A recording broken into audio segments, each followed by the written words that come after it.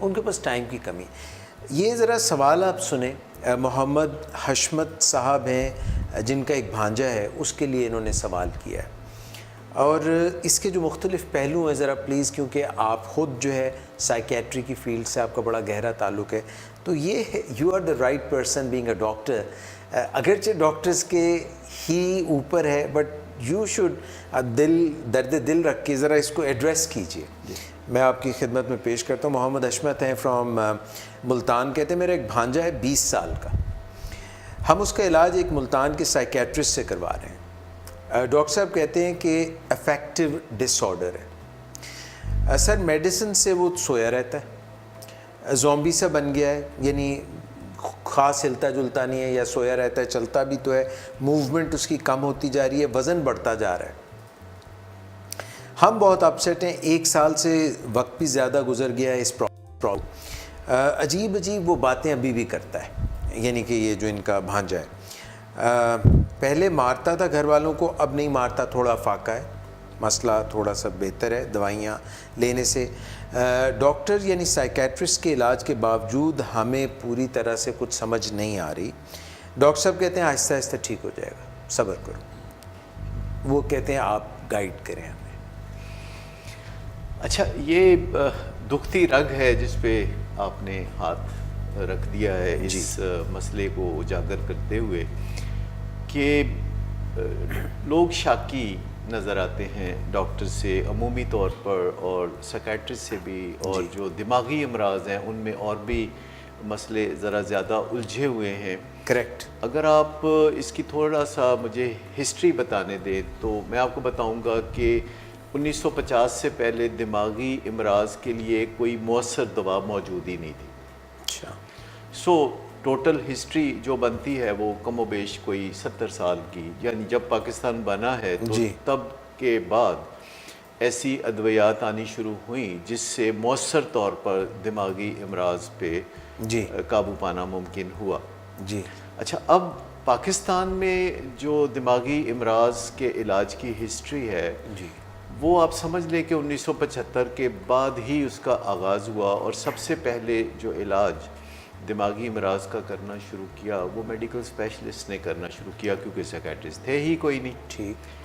اور پھر سائیکیٹری کی ٹریننگ, شروع میں جو سائیکیٹرسٹ تھے ان کو زیادہ تر آنریری جسے کہتے ہیں سائیکیٹری کی ڈگری ملی, کیونکہ ان کا رجحان تھا سائیکیٹرک امراض کو ٹریٹ کرنے کا, اور پھر ان کے آگے شاگرد تھے جو سائیکیٹرسٹ بنے. سو جو جاگ بنیادی طور پر لگی وہ سائیکیٹرسٹ کے ہاتھوں نہیں لگی بلکہ میڈیکل اسپیشلسٹ کے ہاتھوں لگی. ٹھیک ہو گیا. اور پھر وہ کہتے ہیں نا جیسی جاگ اور ویسا دہی, اور پھر آگے یہ سلسلہ چلتا ہے. تو اس سے جو قباختیں پیدا ہوئیں وہ ابھی تک چل رہی ہیں, اور دنیا میں جو دماغی امراض کا علاج ہے امریکہ میں, یورپ میں, اگر اس کا مقابلہ کیا جائے تو پاکستان, انڈیا میں جو سائیکیٹرک امراض کا علاج ہے وہ کافی پسماندہ ہے. اور اس میں یہ شکایات عام ہیں. چند سوال ہیں جو کہ بنیادی سوال ہیں جو کہ مریض یا زیادہ تر اس کے جو لواحقین ہیں, جو فیملی ممبر ہے, اہل خانہ ہے, وہ پوچھتے ہیں. مثال کے طور پر وہ ایک سوال پوچھتے ہیں کہ ڈاکٹر صاحب یہ ٹھیک ہو جائے گا. اچھا, اب یہ ایک گول مول سا سوال ہے, اس کا گول مول سا جواب ڈاکٹر دیتے ہیں کہ ہاں جی ٹھیک ہو جائے گا. وہ یہی سننا چاہتے ہیں شاید. ایک تو بات یہ ہے کہ وہ سننا چاہتے ہیں, لیکن ان کا ٹھیک ہونے کا تصور فیملی ممبرز کا یہ ہوتا ہے کہ یہ جیسا پہلے تھا یہ ویسا ہو جائے گا, یعنی جو دوا آپ دیں گے اس سے یہ کیور ہو جائے گا, شافی علاج, جیسے کہ ملیریا ٹھیک ہو جاتا ہے, جیسے کہ اور چھوٹے موٹے امراض ہیں وہ ٹھیک ہو جاتے ہیں. تو یہ ٹھیک ہو جائے گا کا مطلب ان کا یہ ہوتا ہے کہ یہ پہلے جیسا ہو جائے گا, لیکن وہ زیادہ کھول کے نہیں پوچھتے, اور ڈاکٹر بھی زیادہ کھول کے واضح جواب نہیں دیتا. وہ کہتا ہے جی ہاں انشاءاللہ دعا کریں یہ ٹھیک ہو جائے گا, ریگولر دوائی دیں, یہ کریں وہ کریں.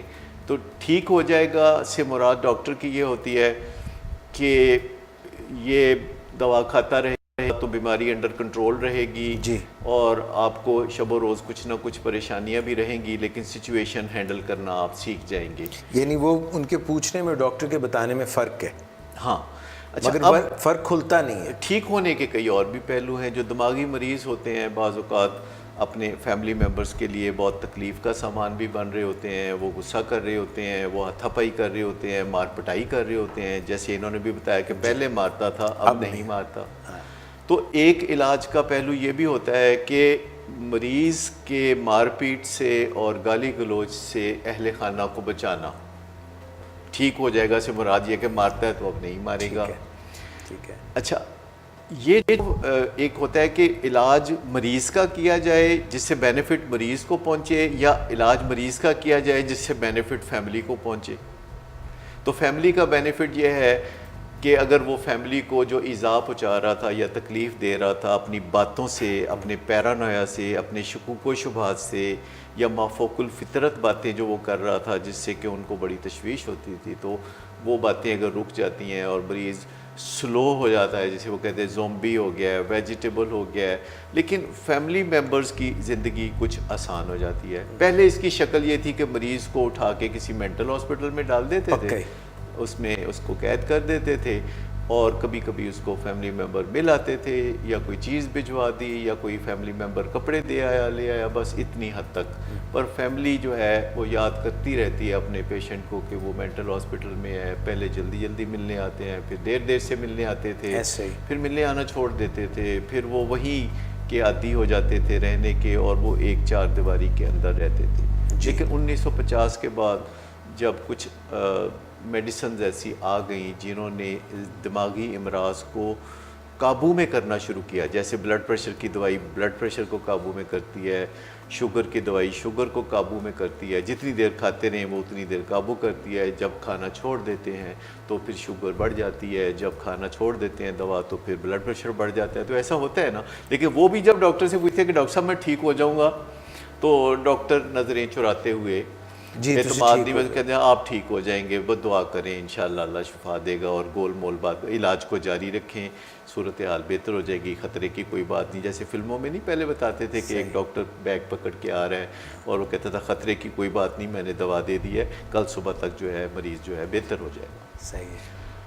سو یہ جو پرائمری کرونک امراض ہوتے ہیں، چاہے وہ ڈائبٹیز ہو، چاہے ہارٹ ڈیزیز ہو، چاہے شکیزوفرینیا ہو، یہ جو افیکٹو ڈس آرڈرز ہیں یہ موڈ ڈس آرڈرز کو کہتے ہیں. شکیزو افیکٹو ڈس آرڈرز ہوتے ہیں جس میں موڈ اور خیال دونوں بیمار ہو جاتے ہیں. شکیزوفرینیا جسے کہا جاتا ہے یہ وہ ہے جس میں خیال پہ بنیادی چوٹ پڑتی ہے کہ بندے کا خیال بڑا ایلین ہو جاتا ہے، اجنبی ہو جاتا ہے. دوسرے لوگوں کے لیے وہ بہت ہی عجیب و غریب باتیں ہوتی ہیں جو مریض کرتے ہیں. اس کو وہ چیزیں دکھائی دے رہی ہوتی ہیں جو دوسرے نہیں دیکھ سکتے، اس کو وہ آوازیں سنائی دے رہی ہوتی ہیں جو دوسرے نہیں سن سکتے، اور مریض کہہ رہا ہوتا ہے کہ جی مجھے حکم ہوا ہے کہ میں آپ کے ساتھ یہ کر دوں یا وہ کر دوں، یا میرا تو ڈائریکٹ رابطہ ہے، مجھے تو امریکہ کے صدر سے براہ راست ہر وقت فون آتے ہیں اور وہ میرے سے صلاح مشورہ کر کے چل رہا ہے. ویسے ڈونلڈ ٹرمپ آج کل جیسے حکومت کر رہا ہے لگتا ہے اس کا رابطہ کسی نہ کسی سے. تو اس ساری صورتحال میں پہلا علاج تھا مینٹل ہاسپٹل میں بند کر دینا.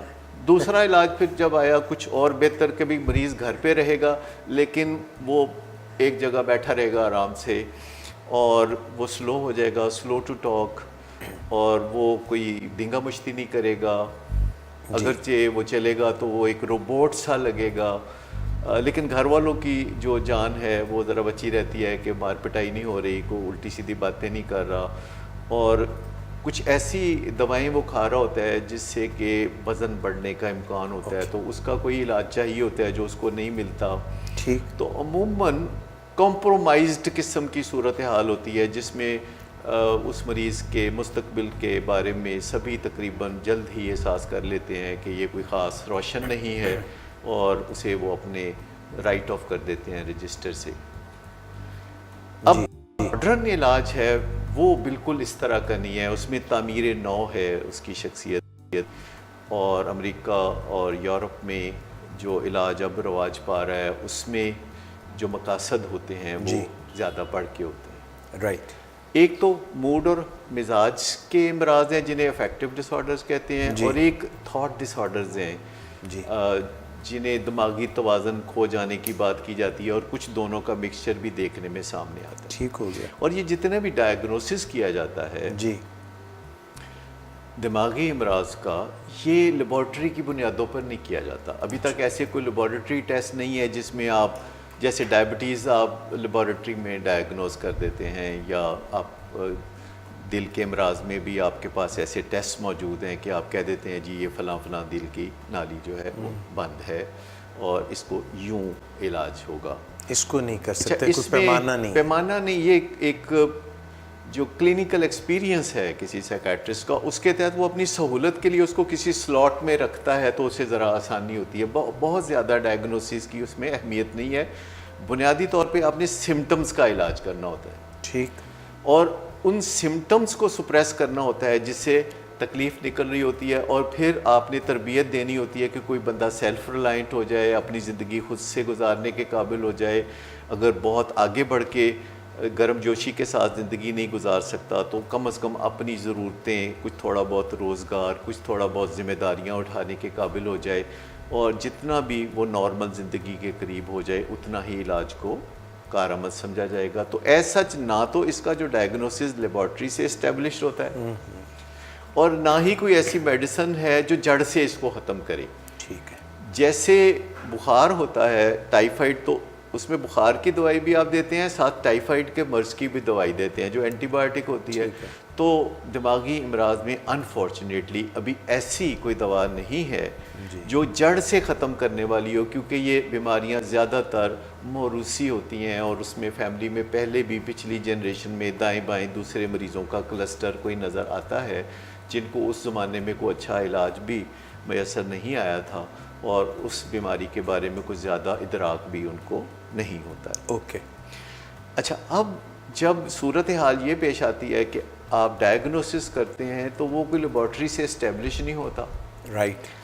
اور ایک ڈاکٹر کے ڈائگنوسس میں اور دوسرے ڈاکٹر کے ڈائگنوسس میں کچھ ویریشن بھی ہو سکتا ہے، کیونکہ کسی خاص وقت میں جب وہ مریض کا معائنہ کرتا ہے یا جو فیملی سے ہسٹری ملتی ہے تو ایک ڈاکٹر کے خیال میں اور دوسرے ڈاکٹر کے خیال میں فرق بھی ہو سکتا ہے. لیکن علاج کو اس سے فرق نہیں پڑتا. علاج زیادہ تر جو فوکس ہوتا ہے وہ سمٹمز پر ہوتا ہے کہ اگر ڈیلیوژنز ہو رہے ہیں تو اس کے اوپر بات ہوگی، ہیلوسینیشنز ہو رہے ہیں، مریض بہت ڈپریشن میں ہے، بہت جو ہے اپنی زندگی گزارنا اس کے لیے مشکل ہو رہا ہے، یا بہت زیادہ ایلیشن میں ہے، بہت زیادہ خوشی ہی اس کو چڑھی ہوئی ہے، تو اس کا علاج ہوگا. اپنی نگہداشت نہیں کر رہا. نہیں، آپ دیکھیں کہ عام لوگوں کو تو ابھی یہ بھی نہیں پتا کہ بہت زیادہ خوش ہونا بغیر وجہ کے بیماری ہے. لوگ تو بڑا کہتے ہیں بڑا اچھا بندہ ہے جی، یہ محفل دی جان، ہر ویلے خوش رہتا ہے، ہر ویلے خوش رہتا ہے، ہر دیالو بڑا ہے، اینو پتہ نہیں خوشیاں کتوں چڑھیاں ہوئی ہیں، اور لوگوں کو وہ تحفے بنتا ہے، کہیں جانا ہے.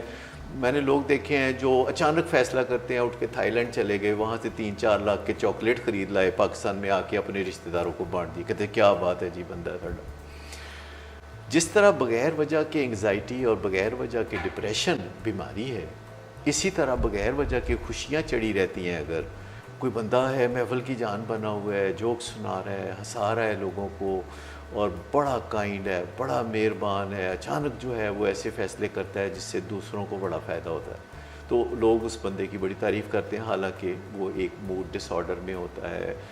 وہ اس کو علاج کی ضرورت ہوتی ہے، کیونکہ یہ فیز پھر بعد میں ڈپریشن میں بدلتا ہے. کبھی ڈپریشن سے وہ واپس ایلیشن میں آتا ہے، جو بے پناہ ایکسائٹمنٹ، ایکسٹیٹک فیلنگ اس میں. تو یہ ساری چیزیں ابھی زیادہ تر لوگوں کو معلوم نہیں، اور ڈاکٹر جب بتاتے ہیں تو لوگوں کو یقین بھی نہیں آتا.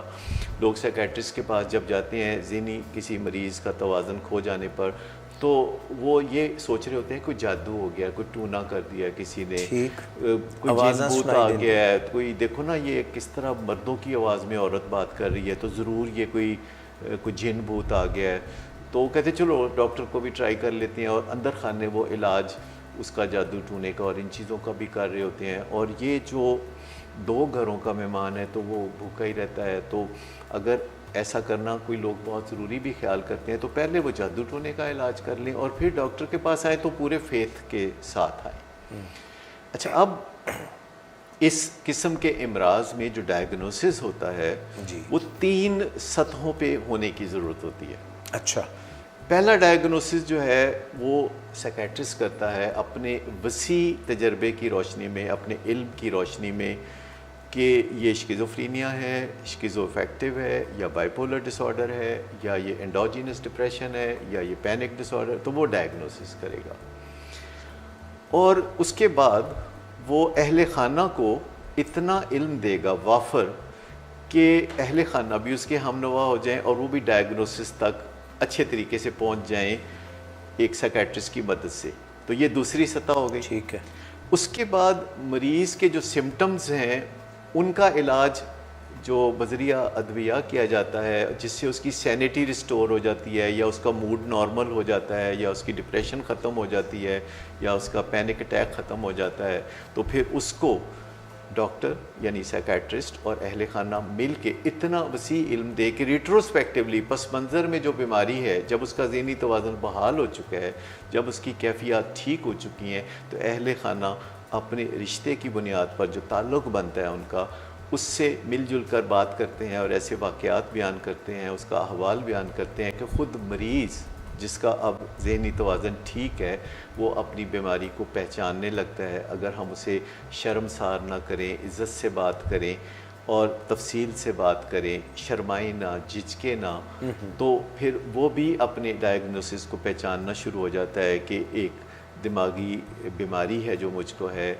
جو میرا دماغی توازن کھو گیا ہے, تو وہ یہ دوا میں کھاؤں گا تو وہ دماغی توازن میرا ٹھیک رہے گا, اور اگر میں دوا نہیں کھاؤں گا تو کچھ عرصے کے بعد میرا دماغی توازن دوبارہ خراب ہو جائے گا. اچھا, ایک اول تو ڈاکٹر کی جرت نہیں ہوتی کہ وہ یہ کہے کہ جناب آپ دوائی ساری عمر کھائیں گے یا کم از کم کئی سال تک کھائیں گے, اور اگر آپ نہیں کھائیں گے تو دوبارہ مرض لوٹ آئے گا. ڈاکٹر میں یہ اخلاقی جرت نہیں, اس کے بڑے پن کو چوٹ لگتی ہے اس بات سے. وہ یہ نہیں کہہ سکتا کہ یہ جو ٹریٹمنٹ ہے حاضر وقت میں یہی دال دلیا ہے, اسے آپ اچھی طرح عزت افزائی سے قبول کریں. 50-60 سال پہلے یہ علاج بھی موجود نہیں تھا, اور ہو سکتا ہے 10 سال بعد, 15 سال بعد اور اس سے بہتر علاج بھی آ جائے. تو جب کھل کے باتیں نہیں ہوتی, جب لوگ آنکھیں ملا کے بات نہیں کرتے, جب لوگوں کے کانفلکٹ ہوتے ہیں انٹرسٹ کے, کہ ڈاکٹر سچ بولے گا تو اس کو ڈر لگتا ہے مجھے چھوڑ کے چلا جائے گا کہیں اور, جو انسیکیور ڈاکٹر ہوگا اس کا مریض کیسے سیکیور ہوگا. تو ایک ڈاکٹر کی جو اپنی اخلاقی پوزیشن ہے جس میں وہ سچ بول دے, مریضوں کو ڈرانے کی ضرورت نہیں, فیکچول بات کرے, ہمبلی بات کرے, افسوس کا اظہار کر کے بات کرے, ہمدردی سے بات کرے, تو لوگ بات سننے کے لیے تیار ہو جاتے. ٹھیک ہو گیا. اچھا, اب اس میں ایک مسئلہ یہ بھی ہے کہ مریض کو دوا کیسے دی جائے. جی, سب سے پہلی بات تو یہ ہے کہ مریض ڈاکٹر کے پاس جانے کے لیے تیار نہیں ہوتا, تو زیادہ تر مریض سمجھ رہے ہوتے ہیں کہ وہ اپنی والدہ کے ساتھ والدہ کے علاج کے لیے آئیں, اور ڈاکٹر سے پہلے طے ہوتا ہے کہ آپ نے یہ نہیں اس کو بتانا کہ اس کا علاج ہو رہا ہے, اور ڈاکٹر والدہ کا بلڈ پریشر چیک کرتے ہوئے مریض کو دیکھ رہا ہوتا ہے اور اپنے تجربے کی روشنی میں بعد میں نسخہ لکھ دیتا ہے. تو یہ سارا طریقہ کار یہ جو بہت آبسولیٹ ہے اور اس کی کوئی ضرورت نہیں ہے. شروع میں کوئی ضرورت نہیں ہوتی کہ پیشنٹ لازمی آئے, پہلے فیملی کاؤنسلنگ ہو سکتی ہے, اور اگر کوئی مریض علاج پہ رضامند نہیں, دوا کھانے پہ رضامند نہیں, تو اس کو ریہیبلیٹیشن سینٹر میں جانے کی ضرورت ہوگی, جہاں سب سے پہلے اس کو دوا سائنٹیفک طریقے سے دی جائے. جی, اور اگر وہ دوا کھانے سے انکاری ہو تو اسے انجیکشن کے ذریعے دوا دی جائے, اور 24 گھنٹے میں وہ دوا کھانے پہ رضامند ہو جائے گا, اور پھر اس کو دوا کھانے کی عادت ڈالی جائے. پھر اس کو فیملی سے اس کا انٹریکشن ہو, فیملی اس کی ذہنی صحت کو بحال ہوتے دیکھ کر اس کی بیماری کے بارے میں بات کرے, فیملی اپنے صدمے سے بھی نجات پائے.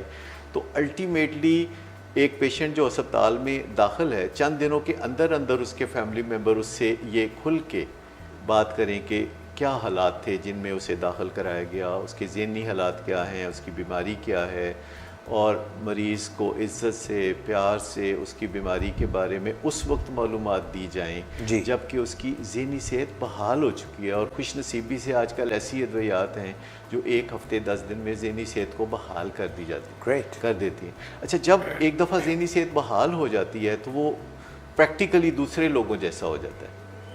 اب یہاں سے کروشل مومنٹ شروع ہوتے ہیں کہ کیا آپ اس سے کھل کے یہ بات کرتے ہیں کہ نہیں کہ وہ کس مرض سے گزرا ہے. کیا آپ گول مول بات کرنا چاہتے ہیں, کیا آپ اس کو یہ نہیں ڈسکلوز کرنا چاہتے کہ اسے بائپولر ڈس آرڈر ہے یا اسے اسکیزوفرینیا ہے. جی, کیا آپ اسے اسٹگما سمجھتے ہیں, اور آپ کہتے ہیں کوئی بات نہیں ڈاکٹر صاحب, آپ ہمیں بتا دیں کہ دوا کیا ہے, ہم اس کو پانی میں ملا کے دیتے رہیں گے. اچھا, یہ سب طریقے جو ہیں یہ بیل منڈے نہیں چڑھتی. آپ ایک دن دوا پانی میں ملا کے دیں گے, اگلے دن وہ ٹھیک نظر آ رہا ہے, قابو میں نہیں آیا تو دوائی کوئی نہیں دی, اور اگر آپ اسے دوا دیتے ہیں اور وہ کھا لیتا ہے تو وہ جا کے باتھ روم میں پھینک دیتا ہے دوا، تو آپ کو کیسے پتہ چلے گا؟ تو یہ سارے طریقے سیکھنے پڑتے ہیں کہ ایک پیشنٹ کی جو ریکنسٹرکشن ہے، تعمیر نو ہے، کہ وہ کیسے ہو. اس میں بہت سا نالج فیملی کو حاصل کرنا ہوگا، جو سیکیٹرسٹ کا فرض ہے، جو ایجوکیٹرز ہوتے ہیں دماغی امراض میں، یہ ان کا فرض ہے. پلس جو دماغی امراض میں مبتلا ہوتے ہیں، آہستہ آہستہ ان کو نفسیاتی امراض بھی گھیر لیتے ہیں. جب انہیں پتہ چلتا ہے کہ وہ ذرا اگریسو ہوتے ہیں تو دوسرے لوگ ان کی بات ماننے لگتے ہیں، تو وہ اسے بطور ٹول یوز کرنے لگتے ہیں. تو اس کے سے جب دماغی امراض کا علاج ہوتا ہے، اور اگر دماغی مرض ذرا پرانا ہے تو آپ سمجھ لیں کہ ساتھ ساتھ اس میں نفسیاتی امراض بھی شامل ہیں. اور پھر معاشرتی ذمہ داریاں بھی وہ چھوڑ چکا ہوتا ہے، تو اس کو ریہیبلیٹیشن کا جو پروسیس ہے اس میں اس کو کسی نہ کسی روزگار پہ لگانا، نہیں تو کوئی ذمہ داریاں فیملی کے اندر سونپنا. کیونکہ جس بندے کے اوپر کوئی ذمہ داریاں نہیں ہوتی وہ بہت لو فیل کرتا ہے، اور فیملی میں اس کا مقام گرتا چلا جاتا ہے. جب رشتہ دار گھر میں آتے ہیں تو اس کو پچھلے کمرے میں چھپا دیا جاتا ہے، اسے سامنے نہیں کیا جاتا. تو جو ایک سٹگما اٹیچڈ ہے دماغی امراض کا، اس سے بھی بچنے کی ضرورت ہے. دماغ بھی ہمارے جسم کا ایک آرگن ہے، اور جب یہ بیمار ہوتا ہے تو اسے خود پتہ نہیں ہوتا کہ میں بیمار ہوں. یہ ایسے ہی ہے جیسے ہمارا دل بیمار ہوتا ہے، جیسے ہمارا معدے میں کوئی خرابی ہو جاتی ہے، اسی طرح ہمارے دماغ میں بھی خرابی ہو سکتی ہے. اور یہ کیمیاوی ماحول بدلنے سے ہوتا ہے. یعنی دماغ کے اندر جو کیمسٹری ہے جب وہ گڑبڑ ہو جاتی ہے تو دماغی امراض ہوتے ہیں. اور دواؤں کا کام ہے کہ اس کیمسٹری کے بیلنس کو صحیح کرنا. لیکن جیسے بلڈ پریشر کا مرض ہوتا ہے تو اگر دوا زیادہ دے دی جائے تو کیا ہوگا؟ لو ہو جائے گا بلڈ پریشر. اچھا، مریض فلیٹ ہو جائے گا، اس کو تریلیاں پسینے آنے لگے، تو پھر کیا دوائی چھوڑ دینی چاہیے؟ نہیں چھوڑنی نہیں ہے، ٹیپر کریں گے اس کو، برابر کریں گے. اسی طرح جب آپ سیکیٹرک النیسز میں، دماغی امراض میں دوائیں دیتے ہیں تو مریض جو ہے وہ روبوٹک سا ہو جاتا ہے. کبھی اس کا ہاتھ ایسے ایسے کانپتا رہتا ہے، کبھی اس کا پاؤں ہلتا رہتا ہے، کبھی اس کے چہرے کے جو تاثرات ہیں ایسے ہو جاتے ہیں جیسے اس کے چہرے پہ تاثر ہی کوئی نہیں ہے. اور وہ مسکراتا ہے تو عجیب لگتا ہے، وہ بات کرتا ہے تو عجیب لگتا ہے. تو ایسے میں لوگ گھبرا کے دوائی چھوڑ دیتے ہیں. اچھا، ایسے میں ضرورت صرف یہ ہوتی ہے کہ اپنے معالج سے مشورہ کر کے دوا کو نیچے لائیں. اچھا، دوا کو چھوڑنے سے یہ مسئلہ پیدا ہوتا ہے کہ دوبارہ جب دوا شروع کرتے ہیں تو اس کی ڈوز بہت بڑھ جاتی ہے. اچھا. اور ہر دفعہ دوا چھوڑنے کے بعد جب دوبارہ شروع کی جاتی ہے تو دوا کی مقدار بڑھتی چلی جاتی ہے، جس سے پھر وزن بڑھنے کا مسئلہ ہوتا ہے. تو ایک دفعہ دوا شروع کریں اور دوا جب غلبہ پا لے مرض پر تو پھر اس کی مقدار کم کرتے کرتے کرتے کرتے آپ ایک اتنی مائنر سی ڈوز پر آ جاتے ہیں کہ جس سے نہ موٹاپا ہوتا ہے نہ کوئی اور مسئلہ ہوتا ہے. لیکن اگر کوئی ویٹ گین کرنے کی ٹینڈنسی ہو جو معاشرے میں ویسے بھی عام ہے تو اسے مدد دی جا سکتی ہے، کاؤنسلنگ دی جا سکتی ہے، ویٹ مینجمنٹ سکھائی جا سکتی ہے. اور اس پہ بھی اسی طرح توجہ دینی چاہیے جس طرح دماغی مرض پر توجہ دی جاتی ہے. ایک تو جیسے میں نے بتایا کہ جو ریہیبلیٹیشن کا پروسیس ہے، زیادہ تر ایسے پیشنٹس جو کہ اسکیزوفرینیا یا بائیپولر ڈس آرڈر میں مبتلا ہے، ان کا ابتدائی علاج ایک سیکیٹرک فیسیلٹی کے اندر ہونا چاہیے. لیکن اس کا مطلب نہیں کہ گھر والوں کی چھٹی ہو گئی. گھر والوں کو روز اسی طرح آنا ہے جیسے ہسپتال میں کوئی مریض ہوتا ہے تو وہ روزانہ اس کو ملنے جاتے ہیں. کوئی ایک آدھ اس کے ساتھ رہتا ہے تو ساتھ بھی رہ سکتے ہیں. وہ ٹریننگ حاصل کر سکتے ہیں کہ مریض سے کیسے بات چیت کرنی ہے، کیا کہنا ہے، کیا نہیں کہنا، کس ڈسپلن میں رکھنا ہے. کوئی واک ایکسرسائز کا بندوبست کیسے کیا جائے گا، دوا کیسے کھلائی جائے گی، کیسے یہ تسلیم کیا جائے گا کہ کچھ امراض ایسے بھی ہوتے ہیں کہ جن کی دوا آپ کو تا دیر جاری رکھنی پڑتی ہے. اسی لیے ان کو کرونک امراض کہتے ہیں. کرونک کو اردو میں دائمی کہتے ہیں. تو یہ جتنے پرائمری امراض ہوتے ہیں جیسے کہ ڈائبٹیز، ہارٹ ڈیزیز یا اسکیزوفرینیا یا ایڈکشن، یہ دائمی امراض ہوتے ہیں. پر اس کا مطلب یہ نہیں کہ آپ ماندے ساندے رہیں گے یا آپ بہت برے حال میں رہیں گے.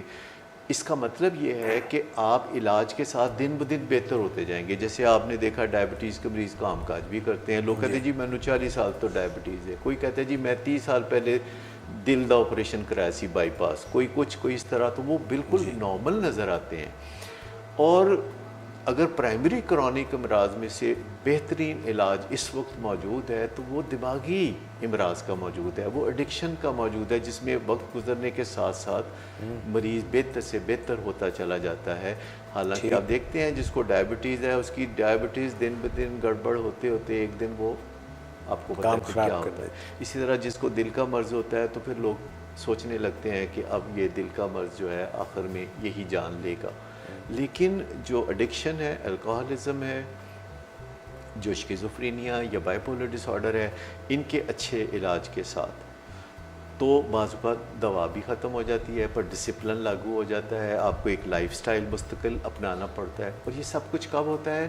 جب ڈاکٹر سچ بولتا ہے۔ اس سے بھی زیادہ ضروری ہے کہ اہل خانہ سچ سننے کے لیے تیار ہوتے ہیں، کیونکہ کوئی سچ بول نہیں سکتا جب تک کہ کوئی سچ سن نہیں سکتا۔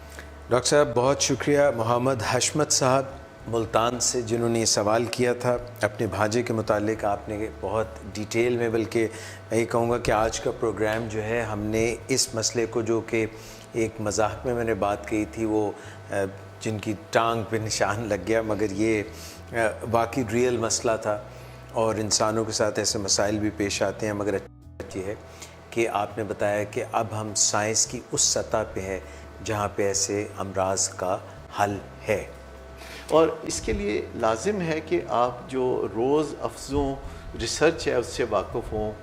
اگر آپ ایک دفعہ میڈیکل کالج سے فارغ ہو گئے ہیں یا آپ نے پوسٹ گریجویشن کر لی ہے اور اس کے بعد سمجھیں کہ آپ کی تعلیم مکمل ہو گئی ہے، تو تعلیم ایکچولی وہاں سے شروع ہوتی ہے جہاں سے آپ یونیورسٹی سے فارغ ہوتے ہیں۔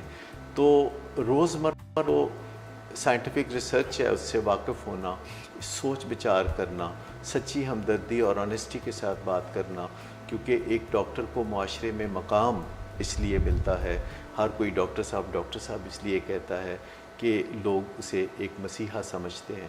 تو ہم سب کے لیے، میں بھی اس میں شامل ہوں اور آپ بھی، ہم سب کے لیے سوچنے کا مقام ہے کہ لوگ جو ہمیں سمجھتے ہیں ہمیں پوری کوشش تو کرنا چاہیے کہ ہم اس پہ پورا اتریں۔ Very true. ناظرین، اس کے ساتھ ہی آج کے پروگرام سے ہم اجازت چاہتے ہیں۔ Doctor Sadaqat Ali, once again thank you very much. اگلے ہفتے اردو پوائنٹ پر ہم ایک دفعہ پھر سے پروگرام لے کے ڈاکٹر صداقت علی سے پوچھیے، اور آپ پوچھتے رہیں، جواب آپ کو آتے رہیں گے۔ انشاءاللہ پھر ملاقات ہوگی۔ اپنا بہت خیال رکھیے گا۔ اللہ حافظ۔